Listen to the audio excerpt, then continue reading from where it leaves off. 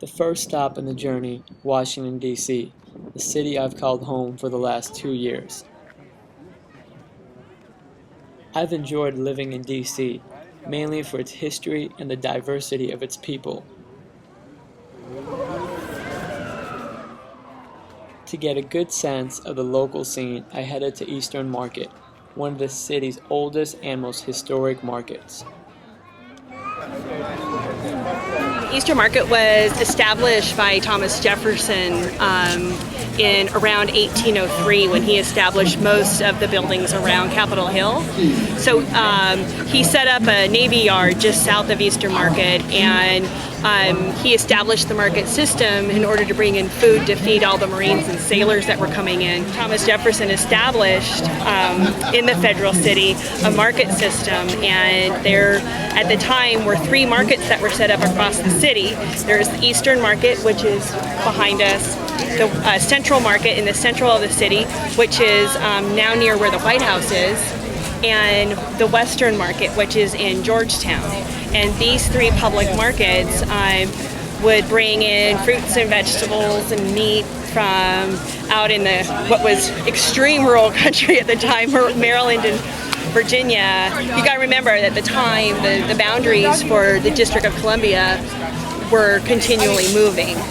And so Eastern Market was really special because it was, you have to put it in perspective, where Capitol Hill was inhabited by slaves and military men.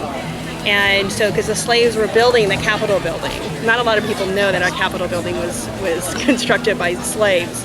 And so Eastern Market was unique in the fact that they allowed the slaves to sell fruits and vegetables at the market and make a profit or save money. On April 30th, 2007, there was a fire that started. What actually started the fire is still under investigation 2.5 years later. When they redeveloped the building, they added heating and air conditioning, and they added several bathrooms, which to the market vendors, they were pretty much happy about, because they used to have to go to neighboring businesses to use the facilities. The merchants that are inside the building, some of them are 5th and 6th generation. They have been there forever, and literally handed down from grandparents to grandparents. Like most major cities, Washington, D.C. has its fair share of problems, of communities segregated based on race, class, and ethnicity. But here in Eastern Market, its history has given the opportunity for people of all backgrounds to come back together day after day.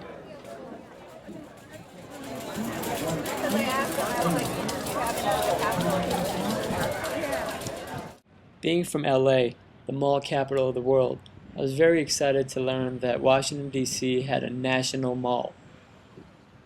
But to my surprise, this mall wasn't filled with designer stores and a food court.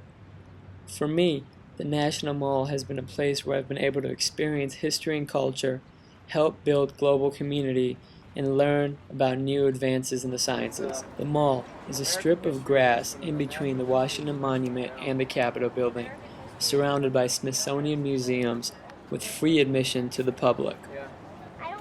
And there's always a cultural event or festival taking place on the lawn. You ready for Street Sense? We ask $1 donation for the Street Sense newspaper to help provide income for the homeless.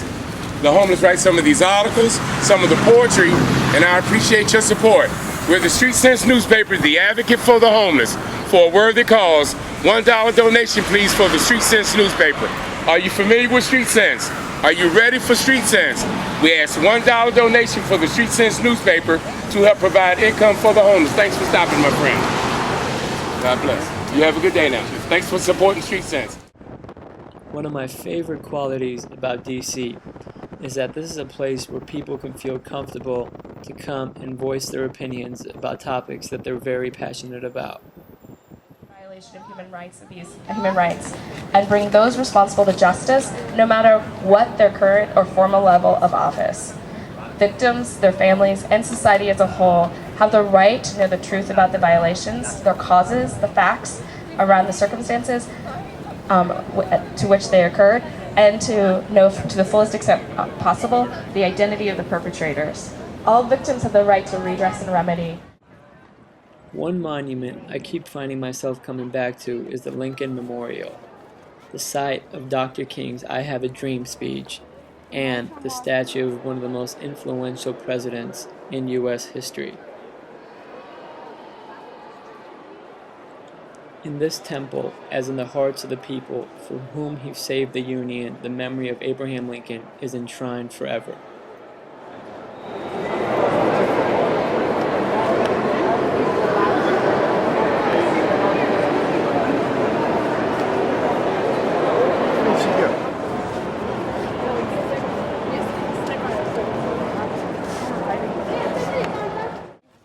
To understand America, I try to understand every man and woman who fought for freedom when it was unpopular, or who spoke up for peace when everyone else was quiet, who dedicated his or her life for justice and equality for every human.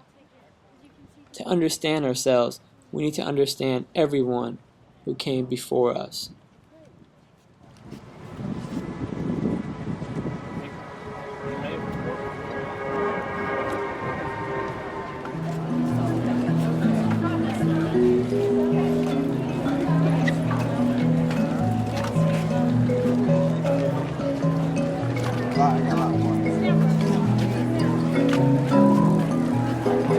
Sophia to come. Yep. Come on, Grace. Come on, little puss. What? I would think he's looking for something to change it. That's recycle.